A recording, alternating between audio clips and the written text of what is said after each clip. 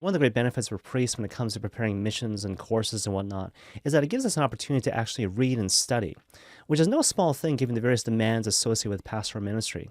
And so, case in point, recently, obviously, I prepared this Lenten mission for our parish community, St. Joseph's Worker Parish, during which I had the opportunity to learn a lot about the saints. And one saint in particular which really caught my attention was St. Benedict, which is kind of interesting because in terms of primary source material, we actually don't have a whole lot on St. Benedict, apart from the writings of St. Gregory the Great, and of course the Rule of St. Benedict written by Benedict himself. But I suppose the thing which really struck me about St. Benedict, besides of course his invaluable contribution to Western monasticism, is how he gradually changed his whole approach to facilitating the grace of evangelization.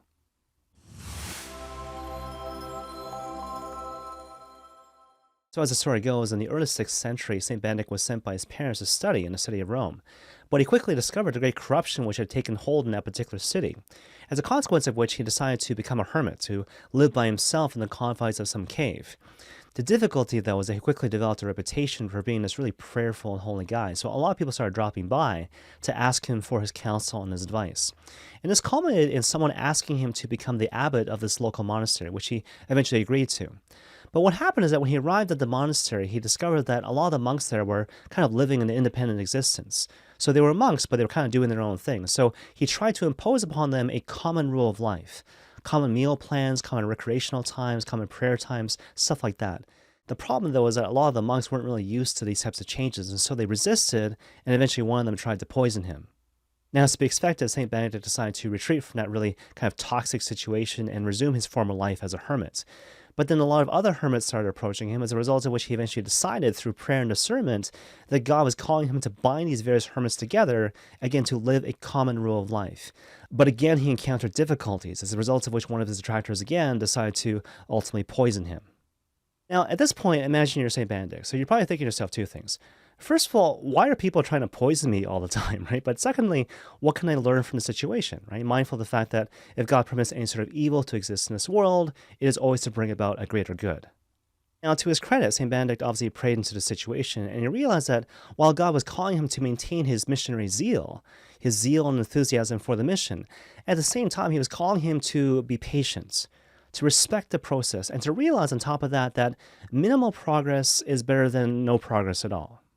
And so eventually, even though it took time for him, he eventually learned to strike a really important balance between structure and flexibility, between nature and grace, between law and the spirit.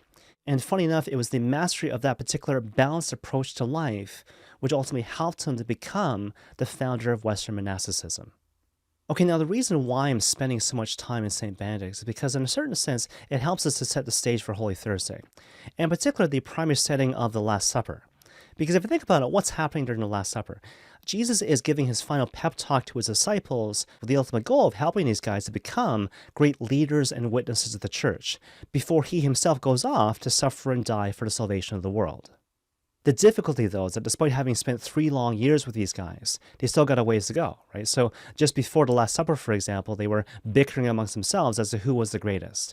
And all of them, without exception, are professing their undying loyalty to the Lord, despite the fact that in the very next moment, all of them will eventually betray him. In fact, one of them has already denied him with 30 pieces of silver, and another one, his most trusted, will in fact deny him 3 times, the last time to a mere servant girl.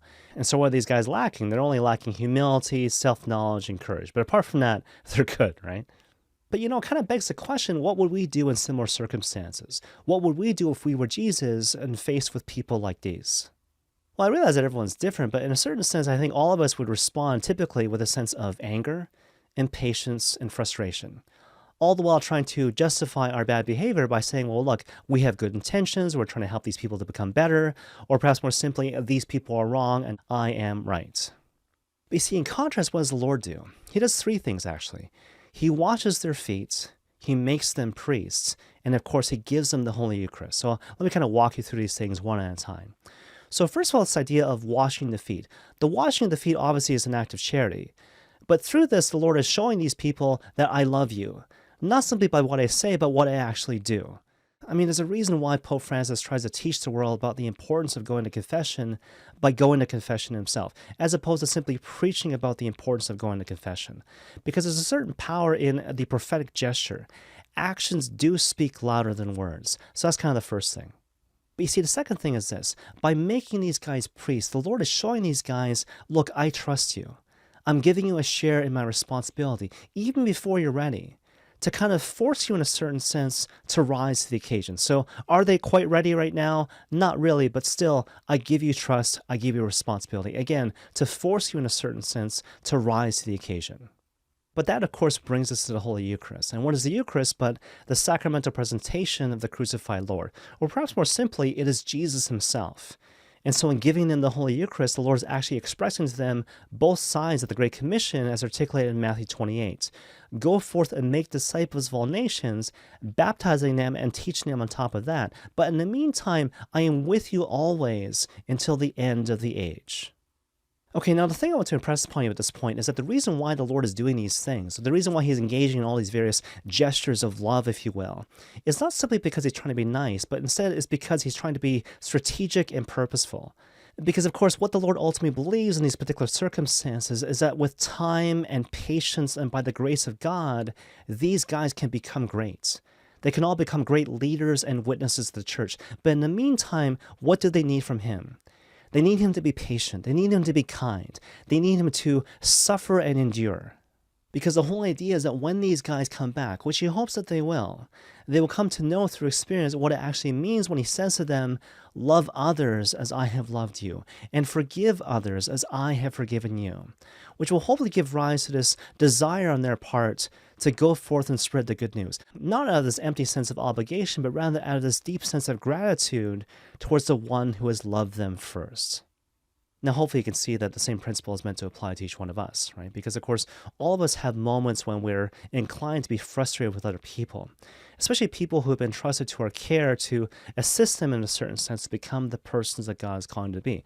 Whether we're talking about children or students or employees or, dare we say, parishioners, right? And even though there is the recurring temptation to get impatient or perhaps to even give up on these people, we should always go back to Holy Thursday.